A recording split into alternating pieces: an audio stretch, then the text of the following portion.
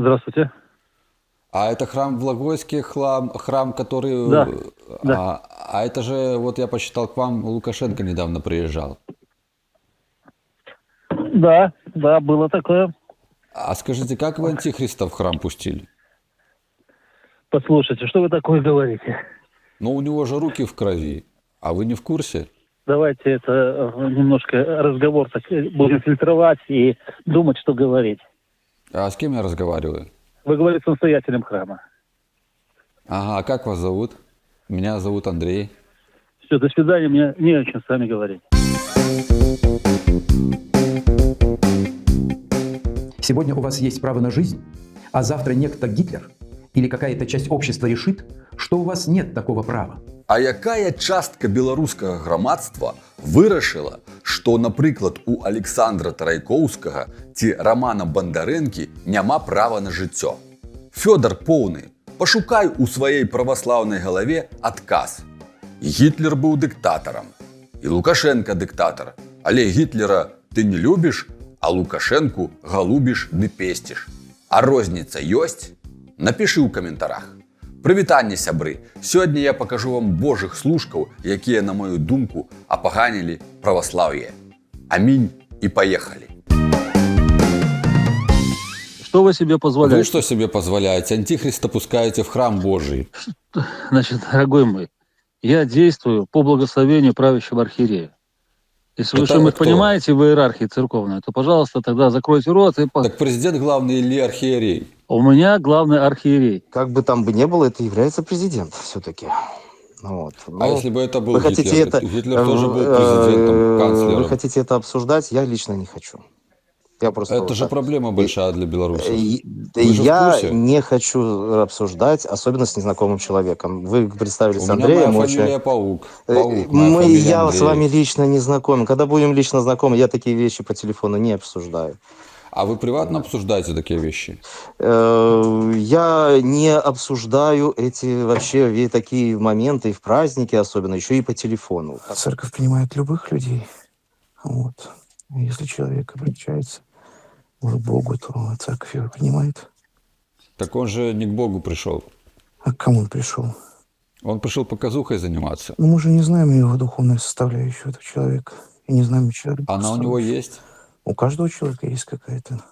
В данном случае, понимаете, есть много тех людей, которые это с радостью воспринимают. И есть люди, вот как вы, это с другой стороны воспринимаете. И Рождество — это тот праздник, который должен объединять всех, а не пытаться вот сейчас, вот, чтобы вы какие-то там, знаете, как бы претензии там предъявляли там церкви. Он такой же человек, прихожанин это храма, как и вы, и все остальные. Я священник. Вы мне задаете такие вопросы, я вам тоже могу задать такой вопрос. Скажите, а почему выбрали Байдена президентом, а потом Трампа? Но аналогичный вопрос вы мне задаете. Вы себя характеризуете очень даже не с хорошей, не с лучшей стороны. И у меня нет желания с вами разговаривать на эту тему. Ну подождите, вы же священник. Я священник, но я не политик. Понимаете? А церковь, она в политике. Кто вы такой, чтобы обсуждать действия, кто куда должен идти и кто что должен делать? Я православный, я крещеный. И все на этом. А что еще надо? Я же гражданин Республики Беларусь, я имею право обсуждать. Я считаю, что это возможно. Почему нельзя? Он же идет к Богу, он же идет, наверное, со своими какими-то требованиями, там, просьбами, там еще что-то. Что посчитает батюшка, я не могу сказать. Они все-таки ближе, они более ответственны перед этим. Ну так вот, Гитлер тоже в костел и церкви ходил. Это же не значит, что... Такие вопросы все, пожалуйста, на беседу к батюшке. Извините, я А кто батюшка? Ну, батюшка, придете в храм, и будет батюшка вам. Так а как его зовут? Так у нас их много. Так как я вам скажу, всех перечислять или как? Не, назовите того, кто разбирается в этом вопросе. Они все разбираются. Глава государства приехал в церковь и поздравил народ Божий с праздником Рождества Христова. А вас жаба если душит. бы Гитлер приехал к вам в храм, вы бы тоже... Вот, Прекращайте. Божья благодать была бы по-вашему. Прекращайте. Вы что-то путаете. Стыдно за вас, взрослый человек. Давайте я вам объясню, почему У я так меня думаю. нет времени, простите. Скажите, как можно канонизировать Лукашенко? С Рождеством вас Христовым поздравляю. Всего вам доброго, И всего вас. наилучшего в следующем году. А не хотите, что ли, Чтобы- канонизировать чтобы Лукашенко? чтобы ваши все вопросы решились, вот, и у вас все получалось. Сейчас будем вопрос этот решать. Как канонизировать Лукашенко? Всего вам доброго, до свидания. Послушайте, если вы хотите что-то узнать про господина Лукашенко, вы ему звоните. Вы зачем меня беспокоите? Потому что вы Божьи служители, и вы знаете, Я почему так кормлю бомжей происходит. бесплатно. Если Ну вы вот хотите тем помочь более. бездомным, пожалуйста, так, пожалуйста, помогайте. Вы помогаете политзаключенным, которые в тюрьмах сидят? Помогаю. Помогаете? Помогаю. Каким конкретно? А вы кто? Меня зовут Андрей Павлов. представьтесь. Ну, и что? Я Так вы журналист. находитесь в Америке, а боитесь, а хотите помогать Слушайте, как бездомным вас здесь, в зовут? Беларуси. Вы такая наглая, Меня как вас зовут, зовут? Меня зовут Жанна. И А я фамилия? работаю с белорусскими бездомными и с белорусскими заключенными, имея высшее юридическое образование каждый день. А вы, я Ваша так понимаю, фамилия находитесь какая? в Америке? Слушайте, Так вы ваше меня не какое обвиняйте, дело, где я какая моя нахожусь. фамилия? А Вы вы представьтесь. сидите где-то неизвестно где, беспокоитесь Божьем о храме белорусских работаете. заключенных. И я И и читаю представьтесь, в как храме, имею высшее богословское образование. И что? Ну, то что со мной вы Ну, так так и- разговариваете, как приспешница Потому что вы этого? сидите неизвестно где и беспокоитесь разница, о где я белорусских сижу? заключенных. Я что-то Большая. нарушаю? Все, кто беспокоится о белорусах, сидят в Беларуси, чтобы вы знали. Сидят в тюрьмах. Вот. Если вы Нет, ни в знаете. какой тюрьме никто не сидит. Это фантазия. А ваша. Бабарыка Не где беспокойте сидит? меня по глупости. Вот, как интересно. Оказывается, Александр Лукашенко никому не нужен во Франции. Я думаю, не особо. Странно. А тут он у нас задирается, такой типа важный президент страны.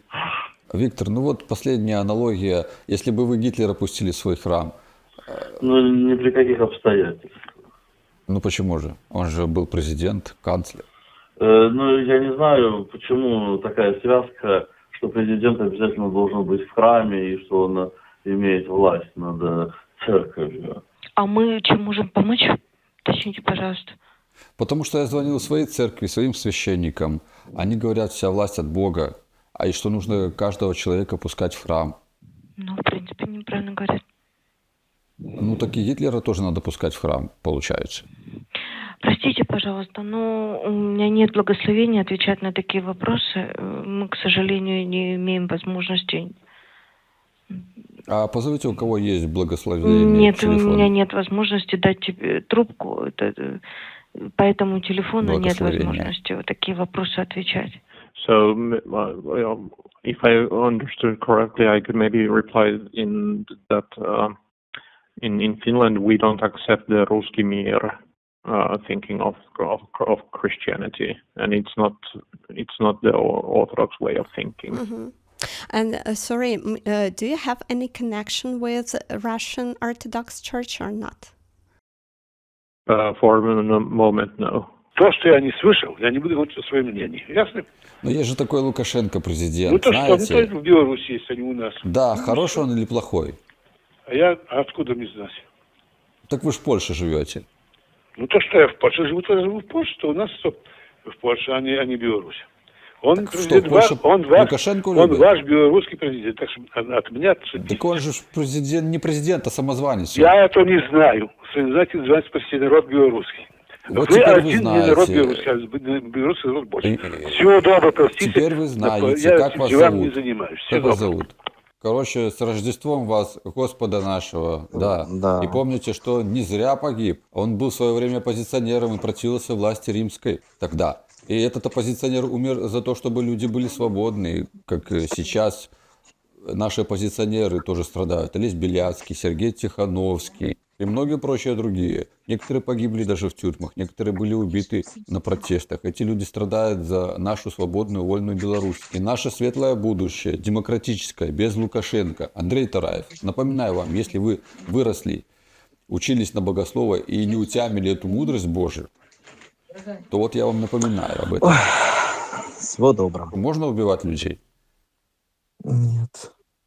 Нет, то а чего тогда Лукашенко убивает? Ну, спросите у него. Хорошо, можно нарушать закон? Нет. А чего Лукашенко нарушает? Ну, я говорю, тоже спросите у него. Ну, так а что с таким грешником делать? Но мы же не знаем, что у человека на душе творится. Так что, Может, если он у уже него... кается. Хорошо, если он кается, Может, он убивает, раскаялся. кается и сажает людей, кается и мучает их, насилует этих людей, белорусов, страну нашу, родину, будущее у нас украл. Так что, нам его пожалеть? Ну, это ваш выбор. В смысле? Ну, ваш выбор. Мой выбор как бороться с этим поступать. беззаконием. А ваш выбор? Мой выбор Терпеть? это у меня. Потакать? Что вам Бог на это скажет? Как Он вас оценит за ваши поступки? Увидим. Ага, увидим. А что Христос, Иисус Христос за что умер-то? За нас. Вот ты судишь другого человека, а сказал Христос, не судите, да не судимы будете. Ты нарушаешь важный заповедь Христа. А И Лука за не это нарушает подлегаешь заповедь. гиене огненной. А кто же его И судить-то за будет, как это не мы? подлегаешь гиене Кто же его огненной. судить будет? Христос воскрес. Это же выборная Он должность. таинственно воскрес. Президент – выборная Аминь. должность. И его выбирают, и судить его мы должны. А скажите, что там случилось с монахом Бембелем? С ним нормально все? Ну, все нормально. Нормально. Ну, так Нормально. Просто ему столько лет, а он не понимает, что при диктатуре живет. И что Лукашенко кровавый диктатор. ой, это, в такие вопросы я не лезу. Вот не лезете, а надо же кому-то лезть. Надо же разбираться. Нет, не касается. Нет.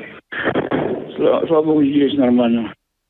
Есть, ага. Вот православие и опорочено Лукашенком. Вот он туда лезет и порочит православие.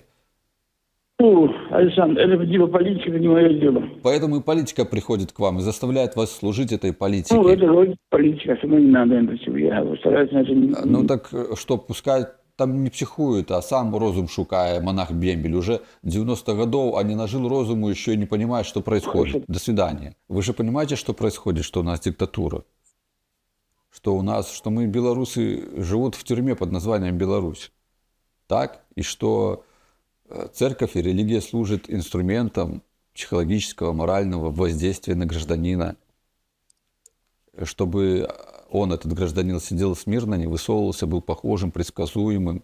И вот вы работаете в этой сфере, помогая... Я служу. Да, кому вы служите? Богу или Лукашенко? Я служу Богу и людям. А Лукашенко для вас кто? Ну, я же сказал, я служу Богу и людям.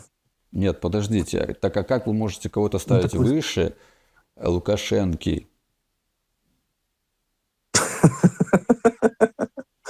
Смешно. Как вы можете ставить? Какой бог? Вы его видели хоть раз? А Лукашенко каждый день, он распоряжается вашей судьбой. Хочет посадить завтра, хочет вас расстрелять, еще что-нибудь. Так а при чем митрополит к этому делу?